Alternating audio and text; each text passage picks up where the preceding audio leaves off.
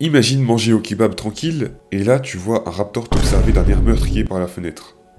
Eh bah c'est pas la peine d'imaginer, car dans cette vidéo, on va explorer un scénario où les dinosaures du Crétacé sont ramenés à la vie aujourd'hui.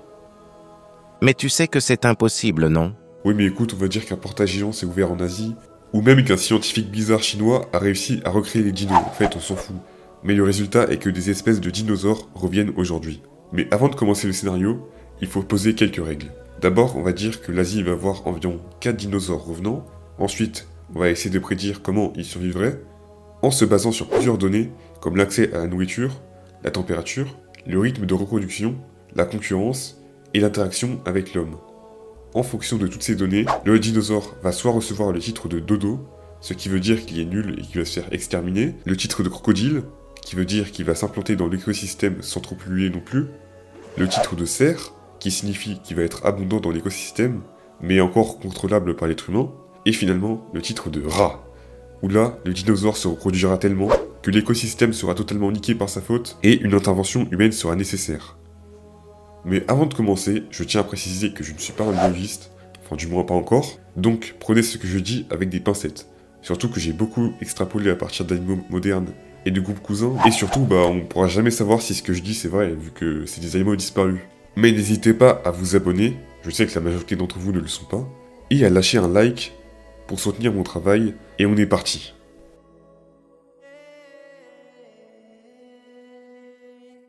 Ah, l'Asie, la Chine, l'Inde, la toundra sibérienne et les jungles du Vietnam. Et bah tout ça, ça va être ruiné, car on va foutre l'écosystème en l'air avec des dinosaures. Et commençons avec un très connu, le Vélociraptor, un carnivore de taille moyenne, 1,5 m à 2 mètres de long, qui vivait dans la région entre la Mongolie et la Chine il y a 75 millions d'années. Le Vélociraptor bouffait des proies petites et rapides, mais ne crachait pas sur des cadavres par exemple, en cas de pénurie. Donc, en termes de bouffe, comment le Vélociraptor se débrouillerait aujourd'hui? Alors, en Mongolie et en Chine, comme animaux correspondant à peu près à la description petit et rapide, on a plusieurs candidats. D'abord le souslik à longue queue,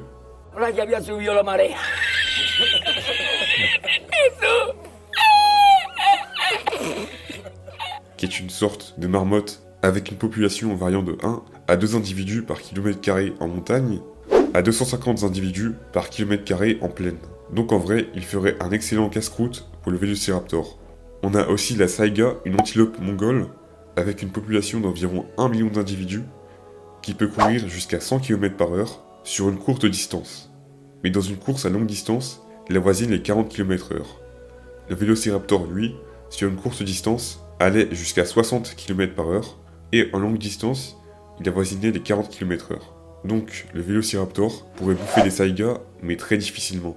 Sinon, comme autre casse-croûte potentiel, on a un mouflon sauvage avec une population de 600 individus, des chevaux sauvages avec une population d'environ 14 000 individus, et un chat sauvage avec une population de 58 000 individus. Donc, au niveau de la nourriture, le Vélociraptor n'aurait absolument aucun problème. Donc, on peut facilement dire qu'à ce niveau-là, c'est un cerf avec une source de nourriture très abondante. Mais au niveau du climat, ça sera un peu plus compliqué, car la température moyenne au Crétacé dépasse de 3 degrés la température actuelle qui est de 15 degrés. Après en Mongolie, ça tourne aux alentours de 9-10 degrés, donc je pense qu'il pourrait s'adapter, mais pas trop facilement non plus. Au niveau reproduction, il n'y a pas trop de données, mais on sait qu'il couvait probablement ses œufs, et qu'il avait une durée de vie d'une vingtaine d'années, ce qui est assez proche de celle d'un félin par exemple. Mais il va avoir de la concurrence, avec des prédateurs comme le loup de Mongolie, avec une vaste population d'environ 40 000 individus, le léopard des neiges avec une population de quelques milliers d'individus, et l'ours de Gobi, mais malgré le fait que ce soit un ours, on s'en fout, car en fait il n'y a qu'une cinquantaine d'individus en vie. Mais les humains dans tout ça, comment ils réagiraient? En fait, comme la zone où le Vélociraptor serait est très peu peuplée, la Mongolie, la Chine du Nord et les alentours, il passerait inaperçu pendant les premières années, avant d'attirer l'attention du gouvernement, en raison du fait qu'il décimerait certains animaux comme le mouflon, et s'attaquerait sûrement au bétail. Après, j'imagine pas la réaction du fermier chinois qui raconte à son gouverneur comment son troupeau s'est fait attaquer par des raptors. Ça n'aurait aucun sens. Donc, les gouvernements chinois et mongols essaieraient sûrement de réguler la population de Vélociraptor, mais ça resterait un animal abondant. Donc, avec tous les éléments que j'ai mentionnés jusqu'à ici, on peut dire que c'est un cerf en termes de capacité de survie. Abondant mais toujours gérable. Mais enchaînons avec le dinosaure suivant, nommé Shantungosaurus. C'est un peu dur à prononcer. Un dinosaure herbivore grégaire, donc qui vivait en troupeau, qui vivait dans la Chine il y a 70 millions d'années, et qui mesurait environ 15 mètres de long pour 5 mètres de haut. Sa nourriture favorite était les plantes comme le prêle, mais il aurait peut-être mangé de l'herbe à son époque, mais en fait elle venait juste d'apparaître, ce qui va peut-être poser problème au niveau du régime alimentaire. En effet, dans les écosystèmes modernes, l'herbe est prédominante chez les plantes, mais heureusement, sa nourriture préférée, les prêles, existent toujours et sont plutôt abondants. Mais je ne sais pas si ça suffira, car vu sa taille, il devait manger des dizaines de kilos de nourriture par jour pour se maintenir. Mais il mangeait aussi sûrement des conifères, donc en vrai ça va. Au niveau du climat, en été et au printemps, il n'aurait eu aucun problème, avec des moyennes de 30 et 23 degrés dans la province chinoise où il vivait, mais en hiver, il aurait peut-être galéré, mais peut-être qu'il aurait pu survivre, car on a des exemples d'hadrosaures, des dinosaures de sa famille, vivant dans des milieux froids. Donc il aurait pu s'en sortir, mais difficilement en hiver en tout cas.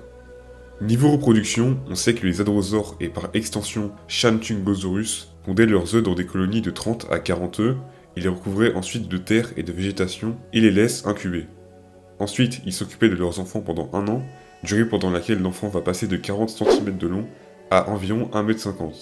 Puis, il mettra environ 9 ans à atteindre l'âge adulte et sa taille maximale. Mais niveau prédateur, alors comment ça va se passer? Alors en Chine, on a l'alligator chinois qui fait 2 mètres de long, le tigre de Chine méridionale, et des loups aussi. Mais vous voyez sûrement le problème venir, ils sont tous ridiculement petits comparés à lui. Donc, basiquement, un Shantungosaurus adulte n'aura aucune prédation, à part bien sûr l'homme. Mais d'ailleurs, comment l'homme réagirait-il? Alors ça dépend de ce qui se passe. S'il mange des plantes non cultivées comme des prêles, etc., et n'est pas trop agressif, ça va, je pense que le gouvernement ne ferait pas grand-chose, pas peut-être des études, et pourquoi pas même des tentatives de domestication. Enfin là, je pars un peu loin. Mais s'il s'attaque par exemple aux cultures de riz, avec sa nombreuse descendance, je le vois bien devenir une espèce invasive dont on voudrait se débarrasser à tout prix, mais avec peu de succès. Donc, en termes de capacité de survie, je le mets entre rat et cerf, car il possède 2 gros avantages. Une grande descendance, et 0 prédateur, ce qui le ferait plus laid. Mais la raison pour laquelle je ne l'ai pas mis en rat, c'est qu'il aurait sûrement galéré pour la température, et la quantité de nourriture disponible, qui aurait pu mettre un frein à son expansion. Bon, maintenant passons à un dinosaure qui ressemble énormément à un oiseau, le Microraptor. Un petit dinosaure carnivore d'environ 1 mètre d'envergure qui vivait en Chine du Nord il y a environ 120 millions d'années. C'était un dinosaure assez spécial car il était capable de planer ou de voler, on ne sait pas encore vraiment avec les données qu'il y a, et il se nourrissait d'animaux comme des poissons, des lézards, des mammifères ou même des oiseaux, ce qui se rapproche beaucoup du mode de vie d'un rapace. En termes d'accès à la nourriture, le Microraptor sera plutôt large, avec son type de proie en abondance, vu qu'en Chine il y a des milliards de rats, et sans doute des millions de lézards, de poissons, etc. Donc, de ce côté-là, ça sera pas dur du tout. Au niveau du climat, en appliquant la règle qu'au Crétacé, il faisait environ 3 degrés à 4 degrés de plus, même si c'est inexact, car certains endroits gelés aujourd'hui étaient tropicaux au Crétacé, car même si en Chine du Nord il fait froid, le Microraptor pourrait juste aller en Chine du Sud, même si cette migration pourrait être très compliquée, selon s'il planait ou s'il volait. Bon, on connaît pas son cycle de reproduction, mais je pense qu'on peut extrapoler avec les rapaces, qui ont la même niche écologique, et qui doivent souvent faire incuber leurs œufs pendant 1 à 2 mois, puis le jeune sera indépendant en 1 à 3 mois, lui aussi, donc en vrai c'est plutôt rapide. Mais niveau prédateur alors? Eh ben il y a d'abord le loup, avec une population de 2000 individus, surtout dans le nord. Il y a aussi des dizaines de milliers de renards, quelques dizaines d'ours, mais aussi des rapaces comme le faucon pèlerin, avec des populations de plusieurs milliers d'individus. Mais le Microraptor serait ridiculement faible face à eux. Parce que d'abord, le Microraptor était estimé avoir une vitesse moyenne de 72 km/h, alors que le faucon pèlerin, lui, peut aller jusqu'à 390 km/h. Donc, avec ce genre de concurrence-là, en mangeant les mêmes proies, je vois mal le Microraptor pouvoir se répandre beaucoup. Mais bien sûr, il pourrait maintenir une population stable. Mais y a-t-il un espoir? S'il y a peut-être bien un espoir pour le Microraptor, ce serait bien l'humanité. Car le Microraptor pourrait aller dans les villes pour se nourrir de la population de rats, etc., et pourrait manger les déchets alimentaires. Mais comment la population et le gouvernement réagiraient-ils? Alors personnellement, je pense que le gouvernement s'en foutrait personnellement, vu que l'arrivée du Microraptor n'aura pas vraiment de conséquences.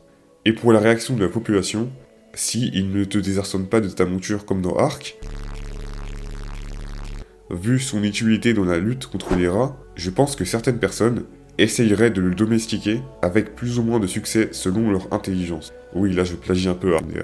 Donc, je pense avec tout ce que j'ai dit que le Microraptor serait au niveau crocodile, mais pourrait potentiellement être un cerf en fonction de sa relation avec les hommes. Maintenant, passons au dernier animal dont on va parler, le Therizinosaure ou la terreur de Ark, un grand théropode herbivore qui vivait en Mongolie et qui mesurait une longueur d'environ 9 à 10 mètres de long et une hauteur de 5 mètres de haut, pour une masse de 5 tonnes. Il avait un corps recouvert de plumes et possédait des griffes énormes dont il se servait sûrement pour déchirer ses prédateurs. Mais niveau bouffe, c'était comment? Bah c'était un herbivore, bien qu'il ait peut-être pu croquer dans un steak de temps en temps, mais le problème, c'est qu'on connaît pas son régime, vu qu'à son époque, les plantes à fleurs étaient apparues, les plantes dominantes étaient toujours les prêles, les conifères, etc. Donc en vrai, il aurait pu se nourrir de tout en fait. Mais en Mongolie, le problème, c'est que 52% du territoire est composé de steppes avec des prairies et des arbustes, 32% de steppes désertiques, et le reste, c'est de la forêt, mais des forêts de conifères très froides, donc de la taïga, et c'est problématique pour un dinosaure. Mais comment la température va-t-il l'affecter? Bah d'après ce que j'ai recherché, les températures d'aujourd'hui et du Crétacé étaient très similaires dans cette région, donc ça ne devrait pas lui poser problème en vrai. Du côté reproduction, on sait grâce à des fossiles d'un cousin proche qu'il pondait probablement ses œufs par couvée de 7 ou plus, et puis recouvrait le nid de matériaux organiques comme les crocodiles. D'ailleurs, n'hésitez pas à aller voir mes vidéos là-dessus, avec une période d'incubation d'environ 3 mois. Les bébés étaient indépendants dès la naissance. Mais en vrai, on ne sait pas combien d'années il mettait pour atteindre sa taille adulte, mais ça devait être entre 5 et 20 ans à peu près, comme la majorité des grands herbivores aujourd'hui. Niveau prédateur,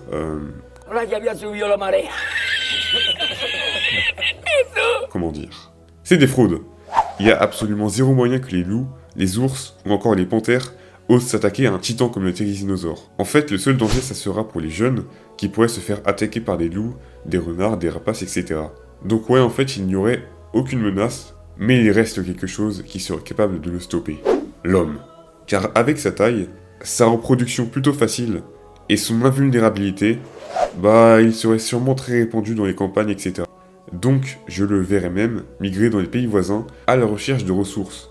Donc ça posera évidemment un problème qui est l'agriculture. Car le Therizinosaure n'hésiterait pas à s'attaquer aux cultures vu ses besoins alimentaires, donc il entrerait rapidement en conflit avec les agriculteurs, donnant ainsi aux agriculteurs l'occasion d'expérimenter Ark et Jurassic World dans la vraie vie, menant à des confrontations, car les grands herbivores comme ça c'est rarement inoffensif, croyez-moi, et donc des morts humains. Le gouvernement mongol et le gouvernement de la République populaire de la Chine, dirigé par le chef du parti unique Xi Jinping, ordonnerait probablement une chasse à vue du Therizinosaure pour éviter sa pullulation, mais en vain, car il ne saurait pas trouver tous les nids et tuer tous les juvéniles. Il se propagerait peut-être à d'autres pays, comme la Corée, le Vietnam, etc., s'il pénétrait assez profondément dans la Chine. Et en vrai, ça a l'air assez drôle d'imaginer l'armée nord-coréenne du Potokim contre des dinosaures. Ça ferait peut-être une idée de vidéo, ça, tiens. Bon, vous l'aurez compris, je crois qu'en termes de survie, on est à un niveau rat, avec un animal qui bouleversera son écosystème de manière durable sans qu'on puisse rien faire pour l'arrêter, causant peut-être la disparition d'autres espèces et coûtant des centaines de vies humaines. Bon, voilà, c'était tout pour cette vidéo, j'espère que vous aurez aimé, et si c'est le cas, likez et abonnez-vous. Et je tiens à repréciser que je ne suis pas un biologiste, donc prenez ce que je dis avec des pincettes, et surtout, on pourrait jamais savoir si ce que je dis dans cette vidéo c'est vrai ou pas. Donc c'était Mandibulata, à plus, et n'hésitez pas à regarder la vidéo qui va s'afficher juste là. 江山也一片红哎，嗦啦啦子嗦啦啦子咿呀，一片。